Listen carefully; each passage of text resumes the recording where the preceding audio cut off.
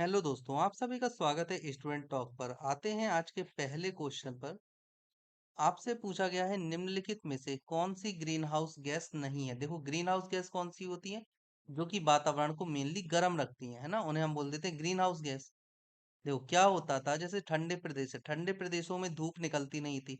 तो ऐसी कंडीशन में पेड़ पौधों के लिए जो आवश्यक सनलाइट है, सनलाइट वो नहीं मिल पाती। तब ऐसी कंडीशन में ग्रीन हाउस ग्रह बनाए गए, जिससे कि किरण जब एक बार अंदर जाए इन हाउस में तो बाहर ना निकल पाए, इसलिए हम इसे बोल देते हैं ग्रीन हाउस। ठीक है ना? तो आपसे पूछा गया ग्रीन हाउस गैस कौन सी नहीं है। नहीं शब्द शब्द पर यहाँ पर आपसे जोड़ दिया गया है। मीथेन CH4 ये है ग्रीन हाउस गैस। क्लोरोफ्लोरोकार्बन, बिल्कुल क्लोरोफ्लोरोकार्बन भी है। नाइट्रोजन और कार्बन डाइऑक्साइड। देखो, जिसमें भी कार्बन आ जाएगा वो ग्रीन हाउस गैस गैस तो होती ही है। ये एक कहने चाहिए आपको याद रखने की एक ट्रिक है कि अगर कार्बन है तो ग्रीन हाउस गैस होने के चांसेस 99.99% हो जाएंगे। ठीक है। और यहाँ पर केवल नाइट्रोजन ही एक ऐसी चीज है जिसमें कि कार्बन नहीं है, मतलब कि नाइट्रोजन ग्रीन हाउस गैस नहीं है। ओके। सबसे प्रबल जो ग्रीन हाउस का काम करता है वो क्या करता है? वो करता है जल वाष्प। और उससे भी कम जो होता है वो होता है CO2, है ना। CO2 सेकंड नंबर पर आता है। इसके बाद फिर बाकी आते हैं CFC वगैरह और नाइट्रोजन ऑक्साइड वगैरह। देखिए चलिए, सागरीय खरपतवार किसका महत्वपूर्ण स्रोत होती है? क्लोरीन का, लोहा का, आयोडीन का या ब्रोमीन का? सही आंसर यहाँ पर है आयोडीन। ठीक है ना। लेकिन आपको ये याद रखना है यहाँ पर कि जो आयोडीन होती है, जो खरपतवार होती है, सभी खरपतवार नहीं, एक चीज होती है शैवाल। ठीक है, शैवाल। और शैवाल भी कौन सी? भूरी शैवाल। लाल या हरी शैवाल नहीं, भूरी शैवाल। ठीक है। इसके बाद दो मेन शैवाल है जिनका कि आपको नाम याद रखना है। एक रखना है आपको क्या? लेमिनेरिया। ठीक है, एक ये होती है लेमिनेरिया। और दूसरी जो होती है वो होते हैं एक्लोनिया। एक्लोनिया, है ना। ये दोनों शैवाल आपको याद रखनी है। ये जो होती है रिच सोर्स होती है। क्या होती हैं? क्या होती हैं ये दोनों? ये दोनों होती हैं रिच सोर्स ऑफ आयोडीन। ठीक है, ये चीज आपको याद रखनी है। ये दोनों, पहला नंबर और दूसरा नंबर। और मेनली जो होता है ना, लेमिनेरिया से ही प्राप्त किया जाता है। ओके। चलिए, अगला क्वेश्चन है गैसों के निम्न समूहों में से कौन सा हरित घर प्रभाव में योगदान करता है? यहाँ पर पूछा गया है करता है, और यहाँ पर पूछा गया था कि नहीं करता है। ठीक है ना। तो क्वेश्चन आपको अच्छे ध्यान से पढ़ना है। यहाँ पर आपसे पूछा है हरित घर प्रभाव या फिर ग्रीन हाउस इफेक्ट में योगदान करता है अमोनिया और ओजोन। अमोनिया का क्या होता है? NH3 और O3। ठीक है। कार्बन डाइऑक्साइड और मीथेन CO2 और CH4। यहाँ पर कार्बन मोनोऑक्साइड CO और sulphur dioxide SO2। Carbon tetrafluoro मतलब CFC और नाइट्रस ऑक्साइड N2O। तो देखो यहाँ पर कार्बन इन दोनों में CO2 और CH4, मतलब यही हो गए ऑप्शन बी। आपको लगा देना है बिना सोचे समझे, आपको ऑप्शन बी लगा देना है। ठीक है, दोनों में कार्बन है। यहाँ पर नहीं होगा। ओजोन करती है पर अमोनिया नहीं करता। यहाँ पर कार्बन मोनोऑक्साइड करती है पर SO2 नहीं करता। CFC करता है मतलब क्लोरोफ्लोरोकार्बन करता है, परंतु N2O नहीं करता। लेकिन यहाँ पर CO2 और CH4 दोनों ही करते हैं। ठीक है, ये चीज आपको याद रखना है। चलिए, अगला आपसे पूछा गया है सूचना अभियांत्रिकी एवं संबद्ध विज्ञान के क्षेत्र में राष्ट्रीय उत्कृष्टता संस्थान, मतलब कि नेशनल एक्सीलेंस इंस्टीट्यूट। आपसे ये पूछा गया है कहाँ पर स्थापित किए जाने का प्रस्ताव? हैदराबाद में नहीं है, इलाहाबाद में नहीं है, पुणे में नहीं है, बेंगलोर में है। लेकिन बेंगलोर के साथ साथ ये कहाँ पर है? ये दिल्ली में भी है। ठीक है ना, ये मुंबई में भी है। और भी वेरियस स्टेट है, वेरियस सिटीज है जहां पर है, परंतु हैदराबाद, इलाहाबाद और पुणे में नहीं है। है ना, तो ये चीज आपको याद रखनी है। अगला क्वेश्चन, गोबर गैस में मुख्यतः क्या होता है? गोबर गैस मतलब इसको हम क्या बोलते हैं? इसको हम बायोगैस भी बोलते हैं। ठीक है ना। और ये बनती कैसे है? ये बनती है मलमूत्र, जो पशुओं का होता है ना, पशुओं का, उससे इसे बनाया जाता है ना। तो आपसे पूछा गया प्रमुखतः कौन सा होता है? कार्बन मोनोऑक्साइड होती है, कार्बन डाइऑक्साइड होती है, मीथेन भी होती है, और हाइड्रोजन सल्फाइड मतलब H2S भी होती है। लेकिन मेन रूप से क्या होती है? मीथेन। ये चीज आपको याद रखनी है। सबसे इंपॉर्टेंट कंपोनेंट कौन सा होता है? इंपॉर्टेंट कंपोनेंट ऑफ बायोगैस क्या है? CH4। है ना? ये चीज आपको याद रखनी है। चलिए, विज्ञान और टेक्नोलॉजी उपक्रम मतलब इंटरप्रेन्योरशिप पार्कों में निम्नोक्त में से किसका स्थान नहीं है? मतलब कि जो एंटरप्रेन्योरशिप के पार्क होते हैं, जो आपने देखा होगा पार्क ओपन किए जाते हैं गवर्नमेंट की तरफ से, तो इनमें इन पार्कों को ऐसी कौन सी अथॉरिटी है जो प्राप्त नहीं है? इन चारों ऑप्शन में से आपको ये बताना है। प्रौद्योगिकी विकास बिल्कुल नहीं। प्रौद्योगिकी जैसे विज्ञान और टेक्नोलॉजी उपक्रम है, इसके लिए बनाया गया है, तो प्रौद्योगिकी विकास तो करना ही है। टेक्नोलॉजी डेवलपमेंट तो चाहिए ही चाहिए है, तो ये तो होता है। दूसरा प्रशिक्षण बिल्कुल सिखाया भी जाता होगा, ट्रेनिंग दी जाती होगी। परीक्षण और अंक शोधन बिल्कुल, अगर आपने कोई ट्रेनिंग की है उसके एग्जाम भी होंगे कि आप कितना सीखे हैं, तो उसके लिए अंक शोधन आपको नंबर्स भी दिए जाएंगे, तभी तो पता चलेगा कि आपने कितना सीखा है यहाँ पर आकर। तो ये भी होता है। परंतु धन एकत्रित करना नहीं होता। वहां पर आपको जाना, जैसे स्कूल है, स्कूल में अगर आप गए तो आपको केवल पढ़ना है। वहां पर आपको ये नहीं करना है कि आप यहाँ वहां जाकर धन को एकत्रित कर रहे हो, इसकी अथॉरिटी नहीं होती। वैसे ही यहाँ पर भी है। एंटरप्रेन्योरशिप पार्क जितने भी चलाए जाते हैं, जितने भी शिक्षण संस्थान है, उनमें से किसी को भी धन एकत्रित करने की अनुमति नहीं है। है ना? सरकार के द्वारा फंड आता है या फिर वेरियस इंस्टीट्यूशंस और ऑर्गेनाइजेशंस होते हैं जिनके द्वारा फंडिंग की जाती है। ओके, चलिए, अगला क्वेश्चन है, चूहों के विष का रासायनिक नाम क्या है? चूहों के विष का, चूहों से मतलब क्या होता है? चूहों से ही बस नहीं, देखो, गिलहरी, है ना, उदबिलाव,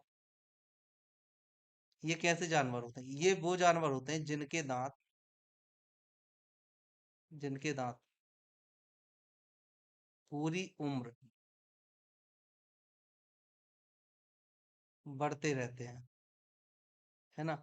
ऐसे जो जानवर होते हैं जिन्हें हम बोलते हैं क्रन्द जानवर, है ना, और इन्हें मारने के लिए जो दवा उपयोग में लाई जाती है, उन्हें हम बोलते हैं कृदंतनाशी। ठीक है? तो यहाँ पर आपसे पूछा गया है, चूहे के विष या फिर आपसे गिलहरी पूछा जाए या उदबिलाव पूछा जाए, किसी का भी जिनके दांत हमेशा बढ़ते रहते हैं, उनके लिए विष का कार्य कौन सा एलिमेंट करता है? आपसे पूछा गया लेड नाइट्रेट करता है, जिंक ऑक्साइड, जिंक फास्फाइड या फिर लेड नाइट्रेट। रिपीट हो गया है, सही आंसर क्या है? Zinc phosphide. है ना? जिंक फास्फाइड होता है जो कि करता है चूहों के लिए विष का काम। तो ये चीज याद रखनी है। चलिए, अगला क्वेश्चन आपसे पूछा गया, बायोगैस बनाने के लिए सामान्यतः प्रयुक्त द्रव्य कौन सा होता है? किस चीज का उपयोग करके हम बायोगैस को बना लेते हैं? आपसे ये पूछा गया है। पशुओं के अवशिष्ट का उपयोग करके, सस्य अवशेष नहीं, जलीय पादप नहीं, वन अवशेष नहीं। देखो, आप इन सभी का उपयोग करके बना सकते हो, ऐसा कुछ नहीं है, लेकिन मेनली क्या होता है? पशुओं का अवशिष्ट। पशुओं के अवशिष्ट को सड़ा गलाकर बनाया जाता है। कैसे बनाया जाता है? सड़ा कर। ओके, याद रखना है। चलिए, नेक्स्ट क्वेश्चन आपसे पूछा गया है, निम्नलिखित में से अश्रु गैस का घटक कौन सा है? अश्रु गैस मतलब टीयर गैस। देखो, टीयर गैस, पहली बात तो एक गैस कोई टीयर गैस नहीं होती है, टीयर गैस बहुत सी होती हैं। जैसे कि अगर आपको बोला जाए टीयर गैस के नाम पे, तो क्लोरीन भी टीयर गैस है। इसके अलावा अमोनिया को भी हम टीयर गैस में ले लेते हैं। और बाकी और भी ज्यादा होती हैं, है ना, कई होती हैं टीयर गैस। तो आपसे पूछा गया है, इनमें जो मुख्य होता है टीयर गैस का, जो मुख्य घटक होता है वो क्या होता है? क्या एथेन होता है? नहीं। ईथर नहीं, एथेनॉल नहीं। सही आंसर क्या है? क्लोरोपिक्रेन। ना, आपको याद रखना है कि जो टीयर गैस होती है, टीयर गैस का मेन घटक होता है क्लोरोपिक्रेन।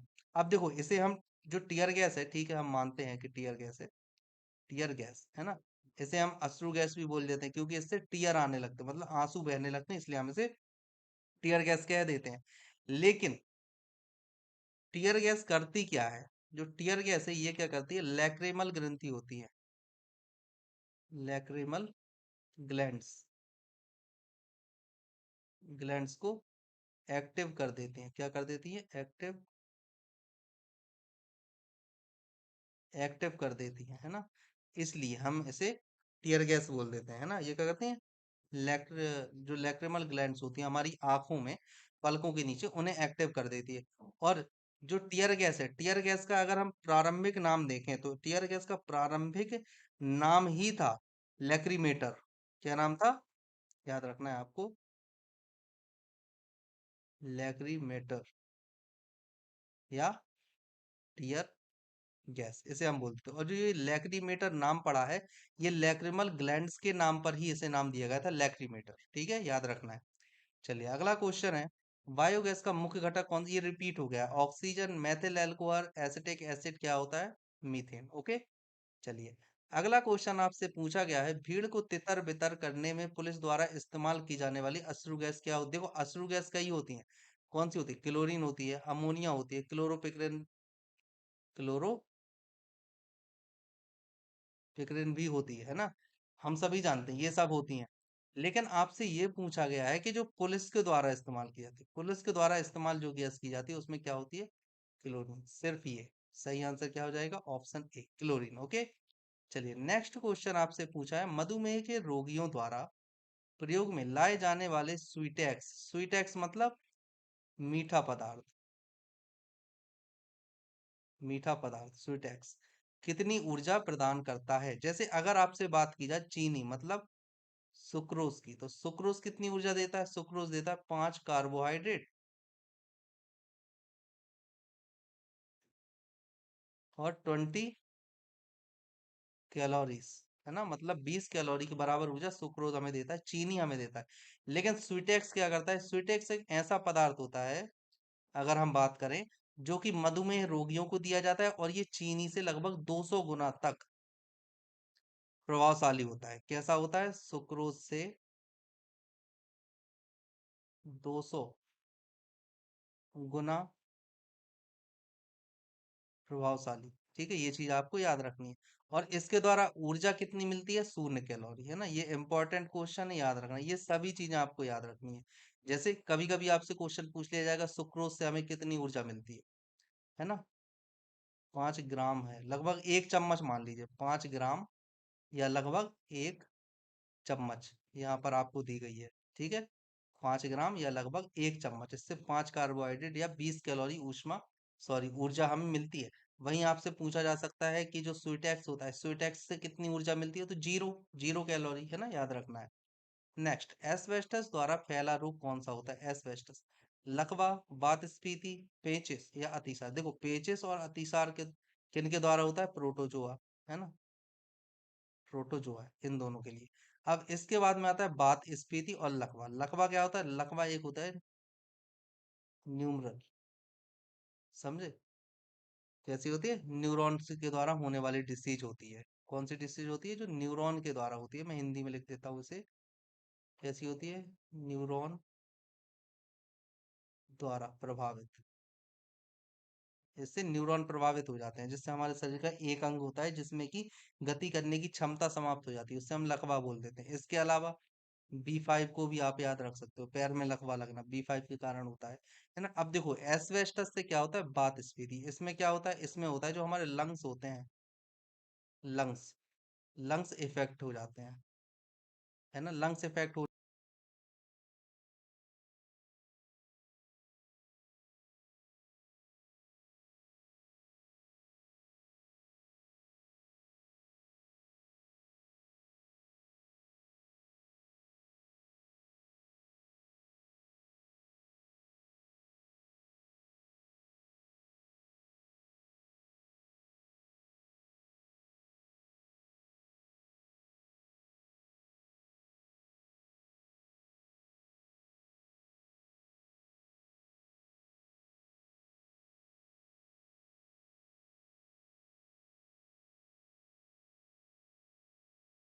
परिचय पास्त्र का विकास किसने किया था? आपसे ये पूछा गया है। ओके। चलिए चारों ऑप्शन हम देखते हैं लाइन से। सबसे पहले ऑप्शन आपके हैं ओपन हीमर। ओपन हीमर ने क्या किया था? ओपन हीमर ने किया था एटॉमिक बॉम्ब का आविष्कार। ठीक है, ये चीज आपको याद रखनी है। कब किया था? 1945। ओके। चलिए बर्नर वान ब्रॉन, बर्नर वान ब्रॉन ने क्या किया था? पृछेपास्त्र का आविष्कार, बिल्कुल सही है। सैमुअल कोहेन आते हैं और एडवर्ड टेलर आते हैं। सैमुअल कोहेन जो एक बहुत ज्यादा इंपॉर्टेंट नाम होता है भौतिकी में, तो सैमुअल कोहेन के लिए आपको याद रखना है, इन्होंने किस चीज का आविष्कार किया था? Neutron bomb. ठीक है, याद रखना है। इसके बाद आते हैं हमारे पास में एडवर्ड टेलर, और इन्होंने किस चीज का आविष्कार किया था? Hydrogen bomb. ठीक है, ये चीज आपको याद रखनी है। ये चारों ऑप्शन बहुत ज्यादा इंपॉर्टेंट है, आपको याद रखना है। अब देखो पृछे पास्त्र पर अगर हम आए, प्रक्षेपास्त्र। तो भारत का पहला कौन था? इंडियाज फर्स्ट कौन सा था? पृथ्वी। कौन सा? पृथ्वी, ये था। और इसके बाद अगर आप देखो, जमीन से हवा में मार करने वाला प्रक्षेपास्त्र या जमीन से हवा में जो मार करता है, हम उसे क्या कहते हैं, ये भी आपसे पूछा जाता है, कई बार ये चीज पूछी जाती है ना? तो जमीन से हवा में मार करने के लिए हम उसे बोलते हैं अस्त्र। इसके अलावा आपको एक और याद रखना, अस्त्र कौन होता है? Land to air missile. ठीक है, ये चीज आपको याद रखना है, ये बहुत ज्यादा इंपॉर्टेंट है। अस्त्र, अस्त्र मतलब लैंड टू एयर मिसाइल, ये चीज बहुत ज्यादा इंपॉर्टेंट है, इसको आपको याद रखना है। ओके। चलिए, अगला क्वेश्चन आपसे पूछा गया है, प्रौद्योगिकी मिशन में निम्नलिखित में से क्या शामिल होता है? प्रौद्योगिकी मिशन मतलब जो टेक्नोलॉजी के बेस पर हमने एक मिशन बनाया है, टेक्नोलॉजी मिशन, उसमें क्या चीज इंपॉर्टेंट है या किस चीज को शामिल किया गया है? दाल को, तिलहन को, मकई को या सब्जियों को? बिल्कुल सब्जियों को किया गया है। ओके। अगला क्वेश्चन, सेक्स हार्मोन का पता किसने लगाया था? सेक्स हार्मोन, जैसे आपने सुना होगा टेस्टोस्टेरोन होता है ना, प्रोजेस्टेरोन होता है, तो ये सेक्स हार्मोन कहलाते हैं। इनका पता किसने लगाया था, ये आपसे पूछा गया है। क्वेश्चन नंबर 517 है ना। देखिए, आपके ऑप्शन है यूजिन स्टेनेक, ड्रेसर, सैमुअल कोहेन या फिर एडवर्ड कॉल्विन। तो सही आंसर यहाँ पर क्या हो जाएगा? Edward Colvin. ठीक है, याद रखना है, ये इंपॉर्टेंट है, ये कई बार आया है वेरियस एग्जाम में। अभी जो CSIR का एग्जाम हुआ था, CSIR 2024, है ना, फरवरी, उसमें भी ये वाला क्वेश्चन आया हुआ है। एड्स वायरस क्या होता है? एड्स वायरस क्या होता है? देखो, सबसे पहले तो एड्स, एड्स कैसा होता है? एक तरह से प्रोटीन वायरस है। प्रोटीन जो अपनी आकृति बदलता रहता है। कैसा होता है? अपनी आकृति बदलता रहता। और यही रीजन है कि अब तक एड्स की वैक्सीन नहीं बनी है। इसके अलावा अगर आप देखो तो कोरोना, कोरोना वायरस है ना, कोरोना वायरस भी कैसा है? ये भी सेम चीज है, अपनी आकृति बदलता रहता है। ये भी आपसे पूछा गया है एड्स वायरस के बारे में यहाँ पर क्वेश्चन, तो आपको बताना है एक सूची डीएनए है या फिर एक सूची आरएनए है, दोहरी सूची आरएनए है या दोहरी सूची डीएनए है। आपसे एड्स के बारे में पूछा है, सही आंसर क्या हो जाएगा? एक सूची आरएनए।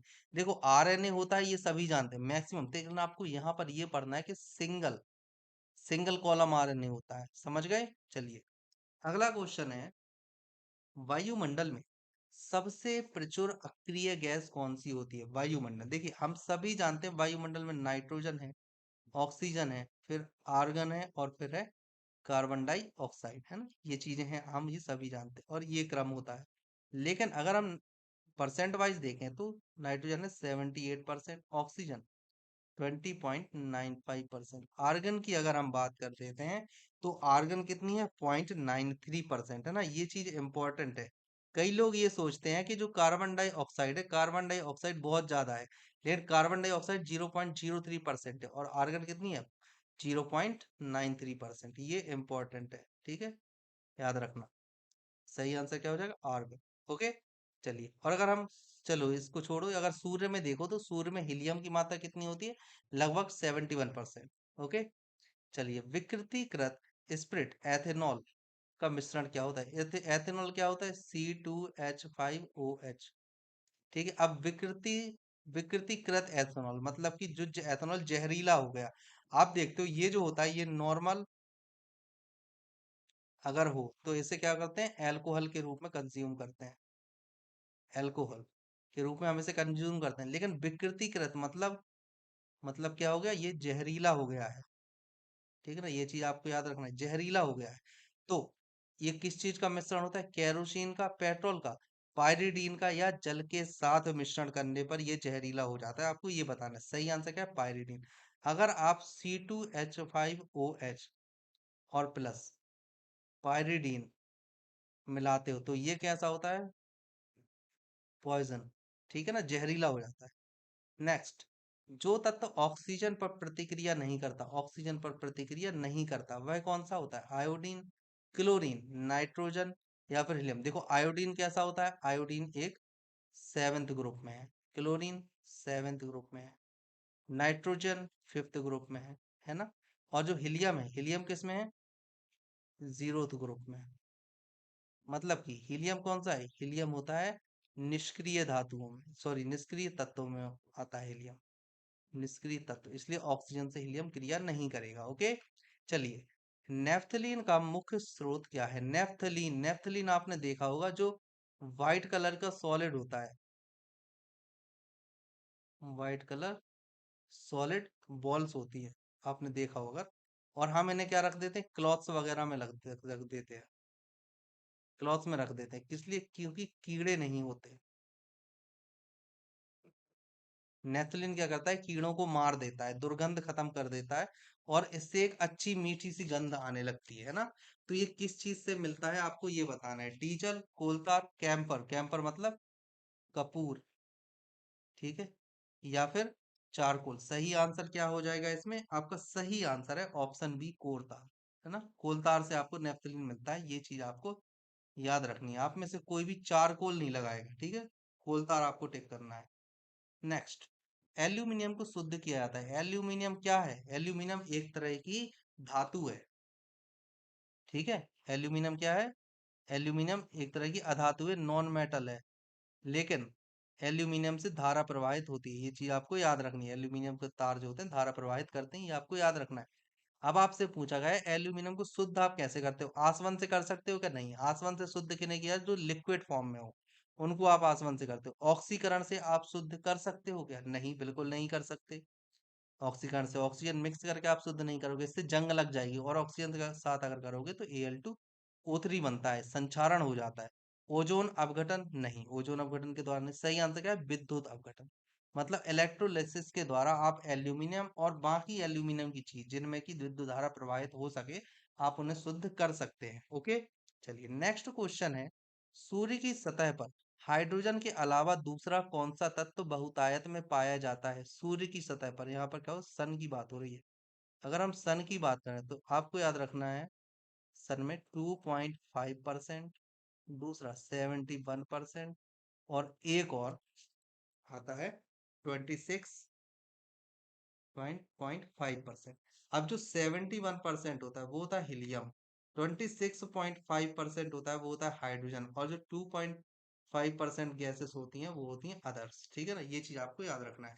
तो आपसे पूछा गया है बहुतायत में पाया जाने वाला कौन सा तत्व है जो सूर्य में पाया जाता है? तो 71% क्या है? हीलियम, ऑप्शन बी सही होगा। और 4 हाइड्रोजन मिलकर क्या बनाते हैं? एक हीलियम बनाते हैं सूर्य में। ये चीज भी आपको याद रखनी है, ये भी क्वेश्चन में पूछा जाता है कि कितने हाइड्रोजन मिलकर सूर्य में संलयन में, कितने हाइड्रोजन के संलयन पर सूर्य के अंदर या तारों में हीलियम का निर्माण होता है ना। अगर आपसे पूछे कितने हाइड्रोजन के मिलने पर तारों में एक हीलियम परमाणु का निर्माण होता है, तो आपको बताना 4 हाइड्रोजन परमाणुओं के मिलने से। ओके, चलिए। कार्बन डाइऑक्साइड है, आपसे पूछा गया निर्जलीकरण है, उपचायक है, विरंजक कारक है, या अपचायक है? देखो, कार्बन डाइऑक्साइड अपचायक की तरह कार्य नहीं होता। विरंजक बिल्कुल नहीं, एक विरंजक भी नहीं है। उपचायक बिल्कुल नहीं, निर्जलीकरण है बिल्कुल। देखो क्या होता है, निर्जलीकरण है। ओके, आपको स्टिक करना है। अब देखो, आखिर निर्जलीकरण के उपयोग क्यों किया जा रहा है? जो कार्बन डाइऑक्साइड, निर्जलीकरण का मतलब जो CO2 है, ये क्या करता है? निर्जलीकरण करता है, निर्जलीकरण कर देता है।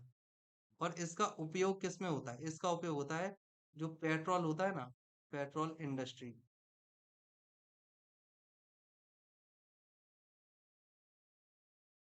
पेट्रोल इंडस्ट्री में यूज किया जाता है। कहाँ किया जाता है? पेट्रोल इंडस्ट्री में यूज किया, और इसकी बहुत ज्यादा डिमांड हो रही है आजकल कि आपको कार्बन डाइऑक्साइड के द्वारा निर्जलीकृत की हुई चीज चाहिए। इस तरह की डिमांड पेट्रोल इंडस्ट्री में बहुत ज्यादा तेजी से हो रही है, ठीक है। तो आज के लिए इतना काफी है। यदि आपको लेक्चर अच्छा लगा हो, या आपको लगा हो कि आप कुछ सीखे हो इस लेक्चर से, कुछ भी नया आपको मिला है हो, तो आप प्लीज इस चैनल को जरूर सब्सक्राइब कीजिए और अपने दोस्तों के साथ इस चैनल को जरूर शेयर कीजिएगा। Thank you.